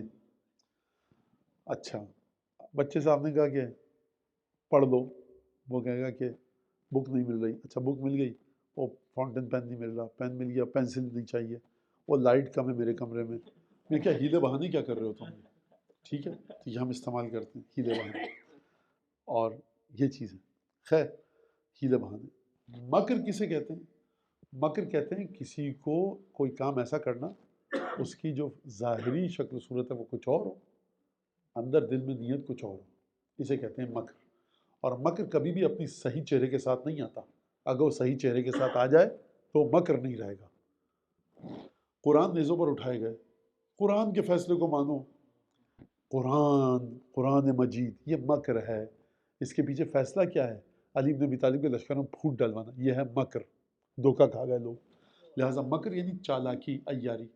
خدا نے کیا کہا قرآن میں؟ خدا نے کہا قرآن میں منافقین سے، کفار سے تم مکر کرتے ہو، تمہارے جواب میں جوابی کارروائی کے طور پر ریسیپروکل، اور جو کاؤنٹر کرے گا خدا بھی مکر کرے گا۔ تو لوگ کہتے ہیں خدا مکر کرے گا، مکر کرنا تو بری بات ہے۔ اس کا مطلب یہ نہیں کہ خدا اسی طرح سے مکر کرے گا جس طرح سے یہ لوگ۔ تم چالاکی کے ساتھ آ رہے ہو، ہمارے خود نیک بندوں کو دھوکہ دے رہے ہو، دیکھو ہم بھی تمہارے ساتھ ایک ایسا کام کریں گے کہ تم یہ سمجھو گے کہ اس کی فیس ویلیو، اپیرنٹ لک یہی ہے، اور تم نے دھوکہ دیا ہمارے بندوں کو، ہم تمہیں دھوکہ دیں گے۔ تو اس کا معنی یہ کہ ہم دھوکے کا جواب دھوکے سے دیں گے۔ لا تمکر بی فی ہیلتک، پروردگار میرے ساتھ مکر مت کیجو۔ مکر کے دو طریقے ہیں۔ ہیلا اصل میں کسے کہتے ہیں؟ ہیلا کہتے ہیں کسی بھی ایسے وے آؤٹ کو، سلوشن کو، کہ جس کے ذریعے آپ کسی جگہ سے نکل جائیں، اسے کہتے ہیں ہیلا۔ اگر یہاں پر اس جگہ پر ہیلے کا معنی کیا جائے تو جب آپ ٹریپ لگاتے ہیں کسی جانور کے لیے، اور اس کے اوپر فرض کیجئے کہ دانہ ڈال دیا، باجرہ ڈال دیا، گندم ڈال دی، چڑیا کھاتی ہوئی آتی ہے، وہ سمجھ رہی ہوتی کہ دانہ پڑا ہوا ہے، لیکن جب کھاتے کھاتے آگے بڑھتی ہے تو ٹریپ میں، کیج میں وہ قید ہو جاتی ہے۔ تو اس کو یہ نہیں پتہ ہوتا کہ یہ جو دانہ پڑا ہے، چاول یا گندم یا رائس یا ویٹ، یہ مجھے لے کر جائے گا کیج تک۔ چکتے چکتے وہ کھاتے کھاتے اپنی جو چونچ ہے وہ مارتے مارتے آتی ہے، اس ٹریپ میں پھنس جاتی ہے۔ تو اسے کہتے ہیں ہیلا، یعنی جو اس کی ایکچوئل اور ریئل فیس ہے وہ نہیں دکھ رہا ہوتا۔ پروردگار میرے ساتھ اگر تو کوئی چالاکی کرنا چاہتا ہے تو ہیلے کے ذریعے مت کر۔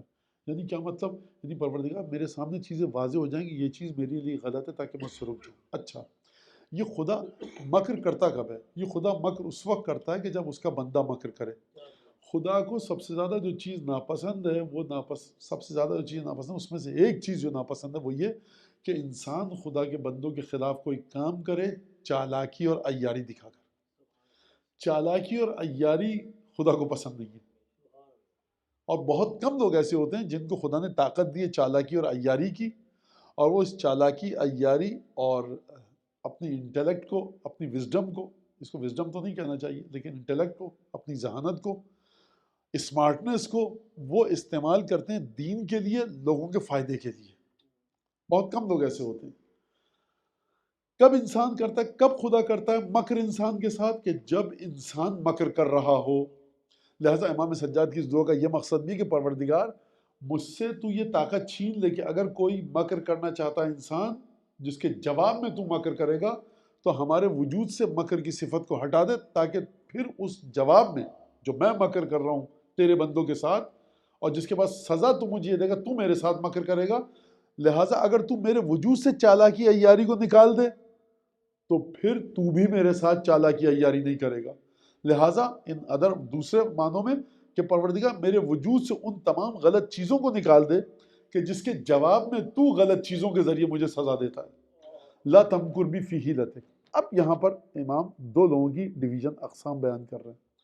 من این لی الخیر یا رب ولا یوجد الا من عندک۔ پروردگار میرے پاس بھلائی آ کہاں سے سکتی ہے، کیونکہ جتنی بھی بھلائی ہے وہ تیرے پاس ہے، تیرے علاوہ کسی کے پاس نہیں ہے۔ یہ توکل کا ایک درس ہے عجیب اور ایک عجیب سلسلہ ہے۔ علماء ایک واقعہ بیان کرتے ہیں، وہ یہ کہ افغانستان میں غزنی میں دو فقیر بیٹھے ہوتے تھے، تو جا رہے ہوتے تھے لوگ، یہ سلطان محمود غزنوی کے زمانے کا واقعہ ہے۔ تو ایک فقیر بیٹھا ہوتا تھا اور وہ کہتا کہ بھائی دیتے ہوئے جاؤ، کچھ ہاتھ پھیلاتا تھا، مجھے کچھ دے دو، مجھے کچھ دے دو، اور دوسرا فقیر خاموش بیٹھا رہتا تھا۔ اس نے کہا تم کیوں نہیں مانگ رہے، اور جاؤ یا سلطان کے پاس جاؤ، یہ کہہ رہا ہے سلطان سے مجھے کچھ لے کے دے دو، تم لوگ سلطان کے پاس جا رہے ہو، دوسرا فقیر، اور تم چپ بیٹھے ہو۔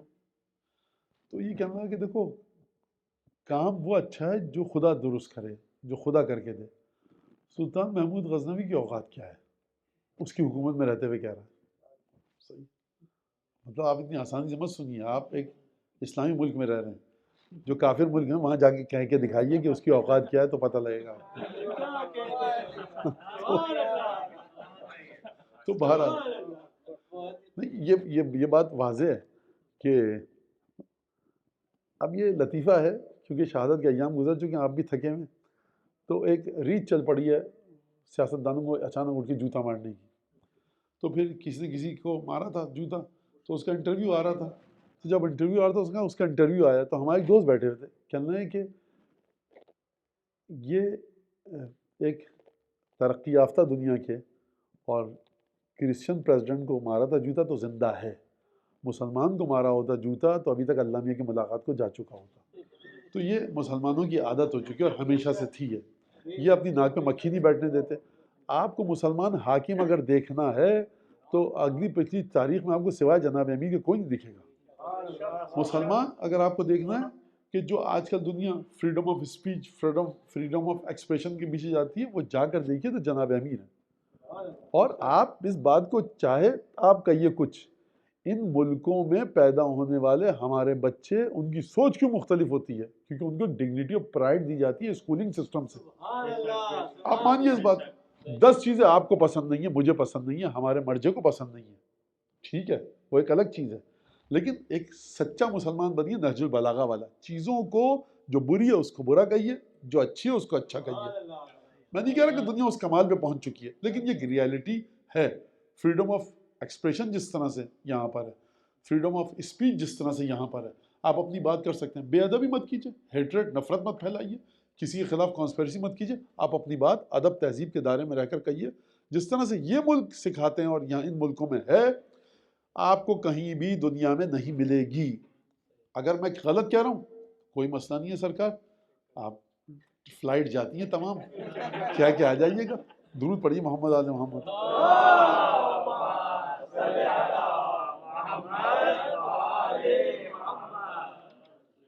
لہٰذا یہ ایک بڑا مسئلہ ہے کہ کس طرح سے ائمہ نے اپنے اصحاب کی تربیت کی ہے۔ امیر المومنین کے خطبہ نہج البلاغہ کے اندر کہ تم لوگ یہ سمجھتے ہو اگر لقد کرہت ان جعل فی ظنکم انی احب استعمال اطراء والثنا، مجھے بہت گھن آتی ہے، برا لگتا ہے تمہارے ذہنوں میں کہیں یہ تو نہیں آ گیا کہ علی حاکم ہے تو علی کے سامنے جا کے صرف علی کی تعریف کرو۔ اگر میرے دل میں ایسا خیال بھی آتا تو خدا کی عظمت میری نگاہوں کے سامنے اس طرح سے ہے کہ میں پسند نہیں کرتا تم آ کر میرے سامنے زمین آسمان کے قلابے ملاؤ۔ تو مولانا پھر ہم جو فضائل پڑھتے ہیں مولا کائنات کے، وہ ایک الگ چیپٹر ہے، یہ ایک الگ چیپٹر ہے، میری ذہن میں ہے بالکل، میں اس طرف نہیں جانا چاہ رہا۔ پھر فرمایا وَلَا تُتَكَلَّمُنِي مَا يُتَكَلَّمُ بِهِ الْجَبَابِرَةُ، دیکھو میرے ساتھ اس طرح سے آ کے بات مت کیا کرو جس طرح سے ظالم بادشاہوں کے سامنے ان کی رعایا جا کر بات کرتی ہے۔ مجھے یہ مت سمجھو کہ میں غصے کا تیز ہوں، شارٹ ٹیمپر آدمی ہوں، تم نے کچھ بھی کہا میں بفر جاؤں گا۔ جو تمہارے ذہن میں میرے اوپر اعتراضات ہیں وہ آ کر مجھ سے سامنے آ کر کہو. آپ سمجھ رہے ہیں جناب امیر المومنین کا مطلب کیا ہے؟ تو یہ وَلَا تَمْكُرْ بِي فِي حِيلَتِكَ، پروردگار میرے ساتھ مکر مت کر کسی ہیلے کے سلسلے میں. الہی ولا یوجد من این لی الخیر یا رب ولا یوجد الا من عندک، پروردگار خیر کہاں سے مل سکتی ہے جبکہ خیر سوائے تیرے کسی اور کے پاس نہیں ہے. یہ توکل کا ایک مرحلہ ہے. تو وہ قصے کو پورا کر دوں میں.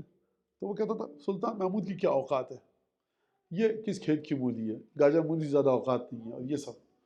لوگوں نے کہا عجیب بہادر ہے یہ فقیر، یہاں سلطان محمود غزنوی کے شہر میں بیٹھ کر اگر بات چلی گئی تو ٹکڑے ٹکڑے ہو جائیں گے اس کے، اور اچھی طرح سے دکھا دے گا کہ صاحب مطلب کون کس فکر کا پیروکار ہے. خیر تو آپ یہ ایک عجیب اور لوگ اس کو دیتے تھے. سلطان کے پاس بات پہنچ گئی، کہا سرکار یہ ہے کیا کریں، کہا کیا کہتا ہے، کہا یہ کہتا ہے، کہا اس کو سبق سکھاؤ. کہا کیا سبق سکھاؤ؟ کہا کہ ایک پرندہ کوئی بھی ٹرکی فرض کیجئے، اس کو بیک کرو، اچھے سے پکاؤ، چاول وغیرہ بھرو، اس میں اسٹفڈ کرو اور اس میں ہیرا رکھو، اور بھوکے ہیں یہ دونوں تو اس کو مت دینا جو میرے خلاف بات کرتا ہے، اور اس کو دے دو فقیر. تو اس فقیر کو دے دیا گیا. کہا بھائی تمہارے پاس یہ ہے، یہ ٹرکی بھیجی اس نے، اس کے اندر اسٹفڈ رائس وغیرہ ہیں، یہ کھا لو تم. تو اس فقیر نے کہا برا والے فقیر سے کہ بھائی میں تو پیٹ بھر چکا ہے میرا، تمہارے پاس کتنے پیسے جمع ہوئے ہیں؟ اس نے کہا 2-3 دینار یا درہم. اس نے کتنے کی خرید رہے ہو؟ اس نے کہا یہ پیسے لے لو. تو اس نے دیے، اس نے اس کو اٹھا کر دیا. وہ گھر گیا اور اس نے گوشت کھایا، سب کچھ چاول کھایا، تو اندر سے اس نے ہیرا نکلا. تو اس نے کہا بھائی میں کہتا تھا کہ کام وہ بہترین جو خدا درست کرے، جو من این لی الخیر یا رب ولا یوجد الا من عندک. فیس ویلیو کو دیکھ کے آپ بات مت کیجئے کہ آپ نے 74-75 آدمیوں کو قتل کر دیا، ان کے گھر والوں کو قیدی بنا کر لے آئے. نہ آپ کی قبر پہ کوئی جا رہا ہے، نہ آپ کے لیے کوئی اچھے جذبات رکھتا ہے. کسی کے دل میں اگر اچھے جذبات ہیں بھی قاتل کے لیے تو وہ ڈرتے ڈرتے کہتا ہے کہ ایسا نہ ہو کہ جبکہ مقتول کون ہے کربلا کے میدان میں؟ مقتول وہ ہے کہ جن کے خلاف حکومتیں 1400 برس تک رہیں. تو یہ خدا کی مشیت ہے. امیر المومنین کے فضائل کو چھپایا گیا، یہ خدا کی مشیت تھی کہ معجزے کے ساتھ نکلے. ابن ابی الحدید معتزلی ہیں، اہل تشیع سے تعلق نہیں ہے.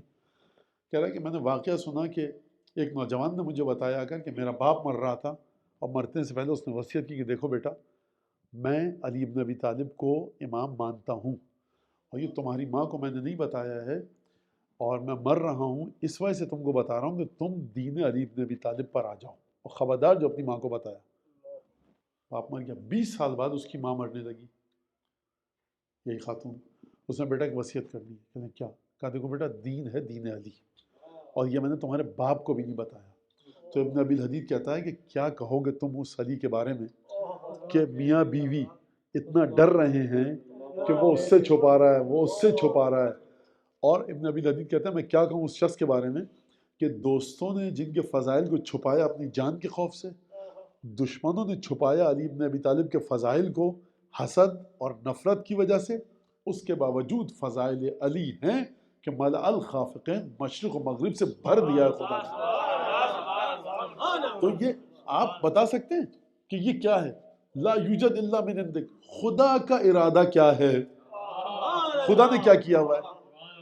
کتنے 6 مہینے کے بچے مر جاتے ہیں، کوئی دیکھتا بھی نہیں ہے، پتہ ہی نہیں.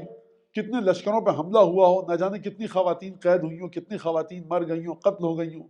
کتنے 6 مہینے کے بچے ہیں جو زلزلوں میں مر جاتے ہیں، کتنے 6 مہینے کے بچے ہیں سیلاب میں، حادثات میں، بڑے میزریبل کنڈیشنز میں. صاحب لیکن ذکر نہیں ہے. کس کا ذکر ہے؟ اس ایک 6 مہینے کے بچے کا ذکر ہے، اور کتنے عجیب انداز سے ہے، کیونکہ یہ سید الشہداء کی اولاد ہے، کیونکہ خداوند تبارک و تعالیٰ کا ارادہ ہے ان کے ذکر کو ہم بچائیں گے. لہٰذا من این لی الخیر یا رب، پروردگار میرے لیے بھلائی آ کہاں سے سکتی ہے؟ ولا یوجد الا من عندک، یہ جو بھلائی ہے سوائے تیرے اور کسی کے پاس نہیں ہے. تو جو چاہے گا وہاں سے آئے گی. بنو امیہ کا دور ہے، مدینہ پر حملہ ہوا ہے، کئی دن تک مسجد نبوی میں گھوڑے باندھے گئے ہیں. مسجد نبوی نعوذ باللہ اسٹیبل بنی رہی ہے، بارن بنی رہی ہے، نجاست جانوروں کی وہاں پر، قتل و غارت گری ہوئی ہے. مدینہ کی گلیوں میں خون پھیل رہا ہے. یہ کون ہے؟ یہ ہے مسلمانوں کا خلیفہ جو کہہ رہا ہے اپنے آپ کو. کس کو قتل کر رہا ہے؟ مسلمانوں کو. کس کے شہر میں؟ رسول خدا کے شہر میں. یہ واقعہ ہوا. اس کے بعد امام سجاد دو ابو حمزہ صمالی صحیفہ سجادیہ. یہ آگے بڑھے گی کیسے صحیفہ سجادیہ؟ آپ کی مولا حکومت تو بنو عباس کی ہے، ابھی بنو امیہ کی ہے، یہ آپ کے خلاف، بنو عباس آپ کے خلاف. نہ آپ کے پاس دولت ہے، نہ روپیہ ہے، نہ پیسہ ہے، کوئی آپ کا چاہنے والا نہیں ہے. تو یہ دعائیں آپ پڑھ رہے ہیں کس کے لیے پڑھ رہے ہیں؟ اگر کوئی پوچھتا تو امام فرماتے دیکھو جس خدا نے ہم کو امام بنایا وہ اس صحیفہ سجادیہ کو بچائے گا، اور آج تک صحیفہ سجادیہ آپ کے پاس ہے. یہ وہ معمولی کتاب نہیں ہے. مولانا قرآن کو بھی تو بچایا. قرآن کے اوپر وہ حملے نہیں ہوئے جو صحیفہ سجادیہ کے پڑھنے والے پر ہوئے. اس کے باوجود بھی خداوند تبارک و تعالیٰ نے بچا کر آپ کو یہ صحیفہ سجادیہ دیا. کس کا؟ جس کے گھر والوں کی دو بڑی سلطنتیں، دو بڑی امپائر دشمن نہیں، دو بڑے خاندان بنو عباس اور بنو امیہ کس طرح سے قتل کیا، لیکن صحیفہ سجادیہ آپ کے پاس ہے. لہٰذا ولا یوجد الا من عندک.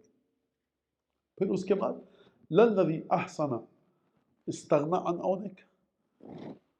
پروردگار دیکھ جو تیرا اچھا بندہ ہے نا وہ بھی تیری مدد سے بے نیاز نہیں ہے. اگر ہم بہت اچھے بندے ہیں خدا کی، نماز روزہ حرام حلال واجب، تو امام فرما رہے ہیں تم بھی خدا کی مدد کے محتاج ہو. وَلَلَّذِي أَسَاءَ وَاجْتَرَأَ وَلَمْ يُرْزِقْ خَرَجَ عَنْ قُدْرَتِهِ. پروردگار یہ تو اچھا بندہ ہے تیرا کہ جو اچھے کام کر رہا ہے، یہ بھی تیری مدد کا محتاج ہے، بے نیاز نہیں ہے. اور وہ بندہ تیرا جس نے برے کام کیے، بے ادبی کی، تیرے سامنے گناہ کیے، تجھے راضی نہیں کر سکا، خرج عن قدرتک، وہ بھی تیری طاقت سے باہر نہیں ہے. خوب توجہ کریں.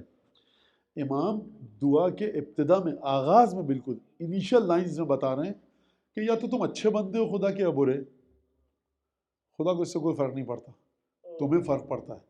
اچھے ہو تب بھی خدا کی مدد کی بنیاد پر یہ کام کر رہے ہو، اور اگر برے ہو تو یہ مت سمجھنا ہم تو گناہ اتنا کرتے ہیں خدا نے آج تک سزا نہیں دی. تم خدا کی سزا کے دائرے سے، جورسڈکشن سے باہر نہیں ہو. کیونکہ ابو حمزہ صومالی میں اگر یہ بات کی جا رہی ہے تو دعا افتتاح میں یہ بات کی جا رہی ہے کہ الحمدللہ علی عفوہ بعد قدرتہ. حمد ہے اس خدا کی جو میرے گناہ مسلسل معاف کر رہا ہے اگرچہ وہ طاقت رکھتا ہے کہ مجھے سزا دے. ولا حلمہ بعد علمہ. حمد ہے اس خدا کی کہ جس کو علم ہے کہ میں کیا کام کر رہا ہوں، لیکن پیشنس، ٹالرنس کے ساتھ مجھے برداشت کیا جا رہا ہے. للذی اساء واجترأ ولم یرزق خرج عن قدرتہ. اور اس کے بعد بکا دللت انت دللتنی علیک بکا عرفتک وانت دللتنی علیک ولولا انت لم ادر ما انت. یہ توحید کا سب سے مشکل ترین مرحلہ ہے کہ جس میں متکلمین، فلسفی، عرفاء، درویش ایک سر پھٹول ہے، ایک کمبیٹ ہو رہا ہے اسکول آف تھاٹس کے درمیان کہ خدا کو کیسے پہچانا جائے. اور اہل بیت بالکل دیکھیے، اگر سیدہ کے گھر کا دروازہ جو اسی لکڑی کا ہے جس میں آپ کے گھر کا دروازہ مختلف ہے، سیدہ کی اولاد مختلف ہے، سیدہ کا وجود مختلف ہے، سیدہ کے گھر کا ماحول مختلف ہے، سیدہ کی کنیز مختلف ہے، ایک ایک چیز سیدہ کے گھر کی مختلف ہے. تو سیدہ کے بیٹے جس خدا کو بتائیں گے وہ آپ کا خدا نہیں ہے جس کو آپ اپنی عقل سے سمجھ رہے ہیں.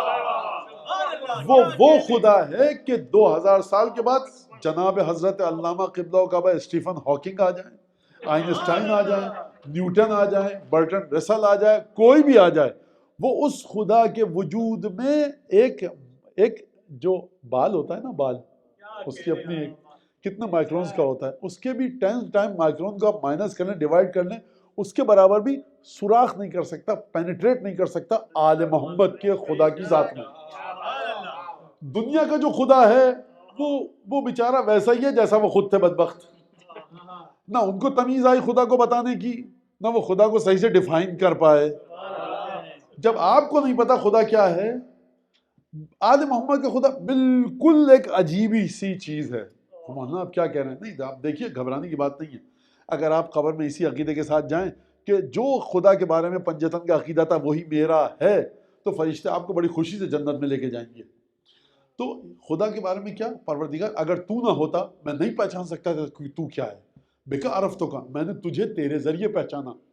پہاڑ، اونٹ، دریا، سمندر، درخت، گھوڑا، بلی، لومڑی، شیر، آسمان، بارش، یہ سارے نیچرل فینومینا ہیں کہ نہیں ہیں؟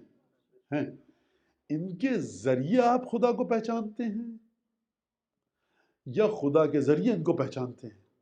یہ آل محمد نے 1400 برس پہلے ایسی بات کہی ہے کہ جو آج کے تمام علماء جمع ہو جائیں تمام فرقوں کے، اور وہ اپنے دماغ کا، برین کی جتنا بھی انٹلیکٹ ہے اس کا ایسنس نکال لیں، تب بھی اس جملے کے قدموں کے برابر نہیں پہنچ سکتے۔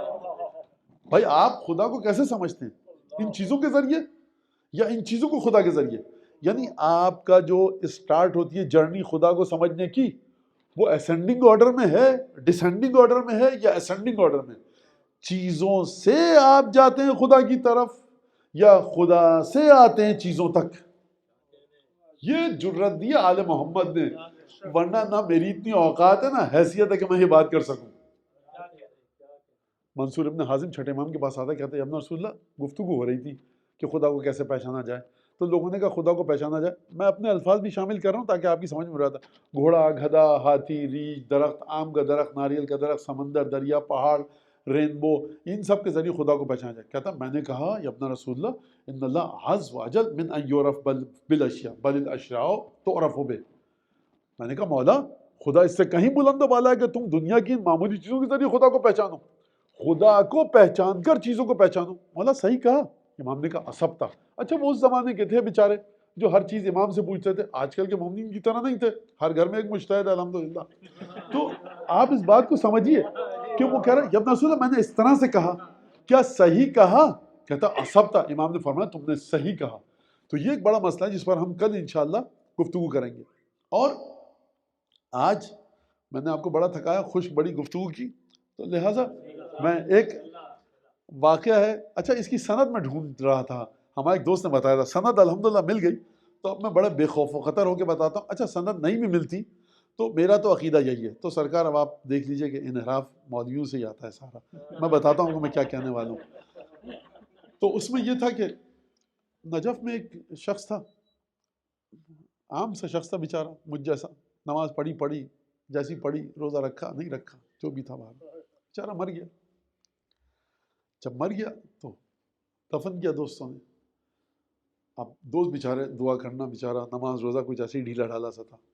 دوستوں کا ایک حلقہ تھا، سرکل تھا، اس سرکل میں ایک دو علماء بھی تھے امامے والے، نجف کی بات ہے ظاہر سی بات ہے تو یقیناً ہوگا، آپ گلی میں نکلیے آپ کو دو چار امامے والے دکھتے ہیں، تو وہ تھے۔ تو ایک دوست نے خواب میں دیکھا کہ جو صاحب امامہ نہیں تھا، کہا کہ ہاں بھائی تمہاری پہلی رات کیسی گزری؟ کہا فرشتہ ہے، کہا کون ہے تمہارا رب؟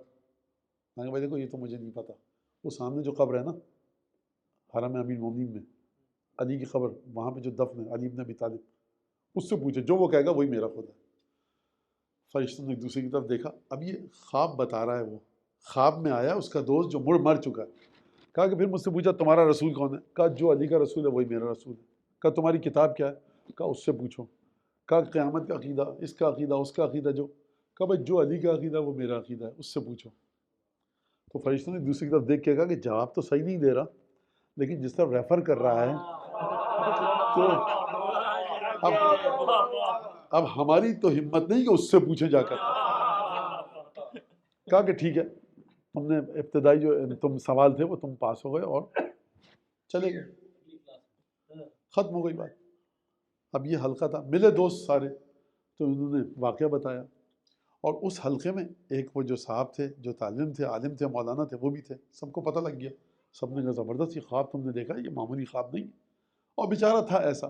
دیکھیے عمل میں کچھ بھی کوتاہی ہو، جان بوجھ کر نہ ہو، اور بہرحال وہ استغفار کا چیپٹر بڑا وسیع ہے، میں اس پر بات نہیں کرنا چاہتا، تو خیر بات ختم ہو گئی۔ اب کچھ سال گزرے تو یہ جو عالم تھے امامے والے، ان کا تو بڑی اچھی بات ہے، یہ ان کا انتقال ہو گیا۔ پھر انہوں نے خواب میں آئے، کہا کہ آپ کی کیسی گزری؟ تو کہا کہ میں نے بھی وہی جواب دیا جو دوستوں نے دیا تھا، اس دوست نے دیا تھا کہ علی سے پوچھو، کیونکہ نجف میں ہی دفن ہوئے، وادی السلام میں یا کسی اور قبرستان میں۔ فرشتوں نے مجھ سے کہا کہ دیکھو اگر تم اپنے اس دوست کی نقل اتار رہے ہو نا جو اس وقت مرا تھا، تو وہ تھا بیچارہ سیدھا سادہ آدمی، یہ تم نے امامہ سر پہ کیوں لگایا ہوا کہ یہ جواب دیا؟ لہذا تم نے جو پڑھا لکھا ہے اس کے مطابق جواب دو۔ لیکن بہرحال تو ہم تمہیں بھی چھوڑ دیتے ہیں۔ اس کی وجہ کیا ہے؟ یہ تو تھا خواب، اس کی وجہ ہمارے یہاں ایک عقیدے میں بنیادی مسئلہ ہے، القول ما قالوا بہ والدین ما دانوا بہ۔ ما دانو بہی دننا وما قالو بہی قلنا. دعا ہے ہماری یہاں ایک مفاتی میں کہ پروردگار ہر وہ بات کہ جو تو ہم سے پوچھنا چاہتا ہے تیرے وجود کے بارے میں، قبر کے بارے میں، عقائد کے بارے میں، جو بھی بات تو ہم سے پوچھنا چاہتا ہے پروردگار، سب کا تو مجھے احاطہ نہیں ہے نا، کہ رکوع میں دائیں ہاتھ کو کیسے رکھنا تھا مجھے نہیں پتا، میں نے سیکھا بھی نہیں. توحید تیری کیا ہے؟ تو رحیم ہے تو سزا کیوں دیتا ہے؟ سزا دیتا ہے تو رحیم کیسا ہے؟ یہ سب پیچیدہ سوال ہیں، مجھے نہیں پتا، نہ میں سیکھ سکتا ہوں، لیکن جو میرے 12 امام کہہ دیں گے نا وہی میں مانتا ہوں، چاہے وہ میری مرضی کے مخالف ہوں چاہے موافق ہوں، چاہے مجھے جواب پسند آئے، جو بات انہوں نے کہی وہ میرا عقیدہ ہے. وما دانو بہی دننا، پروردگار جو انہوں نے دین اختیار کیا وہی میرا دین ہے. یہ آپ کو جمعے کے دن بھی سکھایا گیا. جمعے کی تعقیبات میں ایک جملہ ہے، اللہ پروردگار اللہم امتنی علی ما مات بہی علی بن ابی طالب واحینی علی ما احییت علیہ علی بن ابی طالب. پروردگار مجھے موت دے جب تو اسی پر موت دے جس عقیدے پر تو نے امیر المومنین کو موت دی، اور مجھے اگر زندہ رکھ رہا ہے تو اسی طرح سے زندہ رکھ کہ جس پر جناب امیر زندہ رہے. یعنی میں کیا چاہتا ہوں؟ میں یہ کہنا چاہتا ہوں کہ جو میرے ائمہ نے کام کیا اور کہا وہی حق ہے، یہ میرا عقیدہ ہے، تو یہ اہل نجات میں سے ہے. لہٰذا تمام کی تمام چیزیں کہ جو ائمہ نے ہم کو سکھائیں، حتیٰ خدا کے وجود سے لے کر نماز، عبادت، رسالت، امامت کا عقیدہ، یہ تمام کی تمام چیزیں ہمیں آل محمد سے لینی ہے. یہ ہے وہ امر ائمہ جس کے بارے میں امام صادق نے کہا کہ میں تمہارے بدن سے نکلنے والی خوشبو یا بو سے محبت کرتا ہوں، تمہاری روحوں سے محبت کرتا ہوں. لودت تو مجھے یہ میرا جی چاہتا ہے کہ میں کاش تمہارے ساتھ ان محفلوں میں بیٹھتا. تو لہٰذا یہ جو آل محمد کے ساتھ جڑنا ہے یہ کوئی معمولی چیز نہیں ہے. ہمارے پاس حدیث ہے کہ ہم بعض لوگ ایسے ہوں گے جن کو ہم پہچانیں گے دنیا میں اور وہ ہم کو پہچانتے ہیں، اور ہم بھی قیامت میں انہیں پہچانیں گے، وہ بھی ہم کو پہچانیں گے. بعض ایسے لوگ ہیں ہم انہیں نہیں پہچانیں گے. تو کوئی ایسا شخص ہے اس کو امام نہ پہچانے؟ امام تو شجروں کو پہچانتے ہیں سب کے. یعنی پہچاننا اس ٹیگ کے ساتھ، اس اسٹیکر کے ساتھ، اس ویلیو کے ساتھ کہ تم جو گزر رہے ہو پل صراط پر ہمارے سامنے سے تم ہمارے شیعہ ہو، اس خصوصیت کے ساتھ پہچاننا، یہ ہے نجات کا باعث. ایک چیز. دوسری چیز، آپ کی زندگی میں آل محمد کی ورث کتنی ہے؟ کتنی ہے؟ اور میں اس جملے کو کیسے ادا کروں، بڑا میں نے سوچا لیکن میرے ذہن میں نہیں آیا. ممبر کے تقاضے کچھ اور ہوتے ہیں. کتنی قیمت ہے؟ اور نہ میری اس سے زیادہ بات کہنے کی ہمت بھی نہیں ہو رہی. کیا میں اپنی نسل کے لیے میں نے ایسی تیاری کی ہے کہ میرے مرنے کے بعد اگر میری بیوی میرے بعد مرے تو میرے بچوں کو آل محمد کے طریقوں پر چلاتی رہے، اور میری بیوی پہلے مر جائے تو میں آل محمد کے طریقوں پر چلاتا رہوں، ہم دونوں ایک ساتھ مر جائیں تو میرے بچے آل محمد کے طریقوں پر چلتے رہیں کہ نہیں؟ اتنی کم از کم قدر و قیمت ہے آل محمد کی کہ نہیں ہے؟ اس سلسلے میں ہم نے کیا کیا؟ اور یہ نوجوان بچے، یوتھ، چاہے ہماری بچیاں ہوں جو لیڈیز اور گرلز سیکشن میں بیٹھی ہیں، یا ہمارے جو نوجوان بچے مجھے نظر آ رہے ہیں، اور میں اور ذرا وضاحت کے ساتھ کہوں، کلیئر کہوں، یہ جو میریڈ نہیں ہیں اس وقت، بیچلر ہیں، جب یہ بیچلر اسٹیٹس ان کا چینج ہوتا ہے میریڈ میں، تو ایک اسٹیٹ سے دوسری اسٹیٹ میں جب جاتے ہیں، ایک اسٹیٹس سے دوسری اسٹیٹس میں جب جاتے ہیں، تو یہ کتنا خیال رکھتے ہیں آل محمد کا. یہ ایک بڑا اہم مسئلہ ہے. اور اس مسئلے کو اور میں آگے بڑھاؤں، یہ جو آپ سمجھتے ہیں کہ آپ یہاں بیٹھے ہوئے ہیں تو مولانا یہ تھا وہ تھا ہم آ گئے، ہاں نہیں سرکار، یہ ایسا نہیں ہے، اس طرح سے نہیں ہے. یہ آپ اپنی ماں کے لیے بڑی دعا کیجئے. کائنات میں ہے جبر تھوڑا سا. یہ جو آپ سے کہا گیا ہم انسان مختار ہے، یہ فضول کی باتیں جو مولانا صاحبان کرتے ہیں. کائنات میں جبر ہے. آپ کی آنکھوں کا رنگ آپ نے سلیکٹ کیا ہے، یا ڈی این اے آپ نے اپنا سلیکٹ کیا ہے، آپ کا بلڈ گروپ آپ نے سلیکٹ کیا ہے. آپ پیروں سے چلتے ہیں، آپ ہاتھوں کے بل چلا کیجئے. آپ پانی میں رہا کیجئے، رہیے پانی میں. 2-3 کروڑ مچھلیاں رہتی تو ہیں، آپ بھی رہ لیجئے. مولانا کیسے رہیں گے؟ تو آپ نہیں، جبر نہیں ہے تو جو اپنا اختیار. کائنات میں سراسر جبر ہے. اختیار کہاں پر ہے؟ فری ویل کہاں پر ہے؟ جنت جہنم کے سلسلے میں صرف بس آپ آزاد ہیں.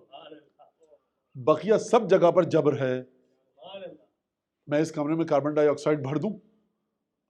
انسان اختیار رکھتا ہے، تو آپ اپنے موڈ کو چینج کر لیجئے، کہیے میں CO2 انہیل کروں گا اور O2 جو وہ ایگزیل کروں گا، تو مسئلہ چلتا رہے گا۔ نہیں ہو سکتا ایسا۔ ڈائیور جب ڈائیو لگاتے ہیں تو انہوں نے بتایا مجھے، میرا تو کوئی شعبہ نہیں ہے، کہ ایک سرٹن ڈیپتھ تک آپ آکسیجن انہیل کرتے ہیں، اس کے بعد آپ آکسیجن اور ہیلیم، اور ایک بہت نیچے جا کر پھر آپ کو گیسز، وہ آکسیجن آپ انہیل نہیں کر سکتے۔ اب دیکھیں یہ اسی نے بتایا تھا مجھے، اور میں نے پڑھا ایک جگہ، جھوٹ سچ اللہ جانے کیا ہے سلسلہ۔ تو آپ کہیے کہ نہیں مجھے تو آکسیجن ہی چاہیے، نہیں ہو سکتا۔ تو آپ ایک اسٹیٹس میں جب آتے ہیں، جب آپ ایک اسٹیٹ میں آتے ہیں، تو نہ آپ کھانا وہ کھا سکتے ہیں، نہ سو سکتے ہیں، نہ لباس پہن سکتے ہیں۔ ایسٹرونوٹ جاتا ہے جب چاند کے اوپر، اب کہہ رہے ہیں کہ چاند پہ گیا نہیں گیا اللہ جانے، خدا کا شکر یہ مولانا صاحبان کہتے تو آپ لوگ سب ہمارا تیا پاچا کرتے، لیکن یہ بہرحال۔ تو جب نہ لباس آپ اپنی مرضی سے پہن سکتے ہیں، نہ کھانا آپ اپنی مرضی سے کھا سکتے ہیں، آپ کچھ بھی اپنی مرضی سے نہیں کر سکتے، تو خدا نے جبر کا سسٹم رکھا ہے۔ اختیار کہاں پر ہے؟ جنت جہنم تک جانے میں۔ لہٰذا یہ جو سلسلہ ہے، وہ مائیں کہ جو ایکسپیکٹ کر رہی ہیں، وہ یہ جو تقریباً 36 40 45 ہفتے ہوتے ہیں، یہ ویک موسٹ امپورٹنٹ ویک ہوتے ہیں آپ کی اولاد کی شخصیت کے لیے۔ یہ چینل نہیں تو وہ چینل، وہ چینل نہیں تو یہ چینل، اور وہ چینل نہیں تو وہ چینل، اور فلاں پروگرام میوزک کا فلاں ڈرامہ۔ سرکار نہیں ہو سکتا یہ کہ آپ اس ماں کے برابر آ جائیں، آپ کی اولاد اس ماں کے برابر آ جائے کہ جو دن میں حدیث قصہ پڑھ رہی ہے، زیارت عاشورہ پڑھ رہی ہے، امام حسین کو یاد رکھے ہوئے، حسد اور بغض سے جس کا دل اور سینہ خالی ہے، آپ اس کے برابر نہیں ہو سکتی۔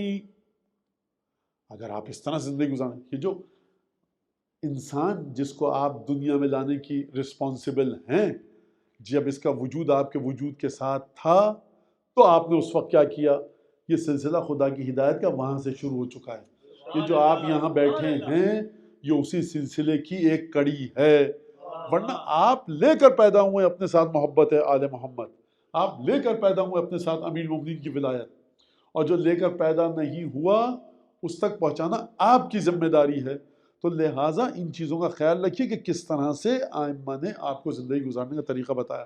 میں اگر آپ اجازت دیں اور مصائب 2-4 جملے میں کہوں، کیونکہ شب جمعہ ہے، اور میں بہرحال یہ غلط ہے کہ وقت بھی زیادہ ہو چکا ہے، اور میں مصائب آج نہ بھی پڑھوں تو یہ بھی غلط ہے، لیکن سید الشہداء کی بارگاہ میں ہم 2-4 جملے پیش کریں گے کہ، اور سید الشہداء کے ساتھ جو امام حسین علیہ السلام کے ساتھ جو رسول اللہ کی محبت ہے، وہ ایک بڑی عجیب محبت ہے۔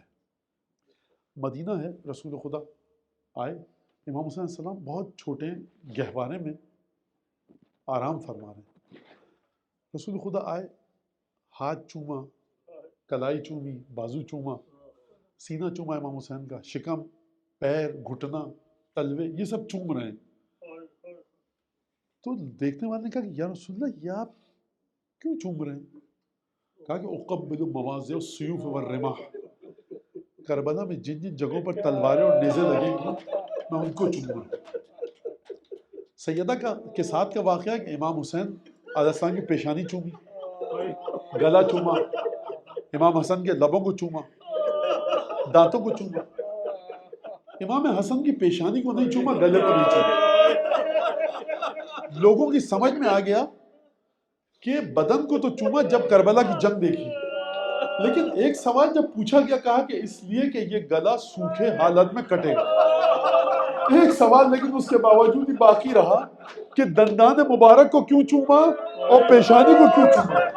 جب شہادت سے پہلے اس ملعون نے سر اقدس پر پتھر مارا تو سمجھ میں آیا کہ پیشانی کو کیوں چوما، لیکن لوگ پریشان رہے کہ دانتوں کو کیوں چوما۔ جب جناب زینب نے تخت کو رکھے ہوئے دیکھا، تش میں سر اقدس کو، یزید ملعون کو دیکھا کہ چھڑی سے جیسا سید الشہداء کے دندان مبارک ہیں، یزید ملعون کی چھڑی ہے۔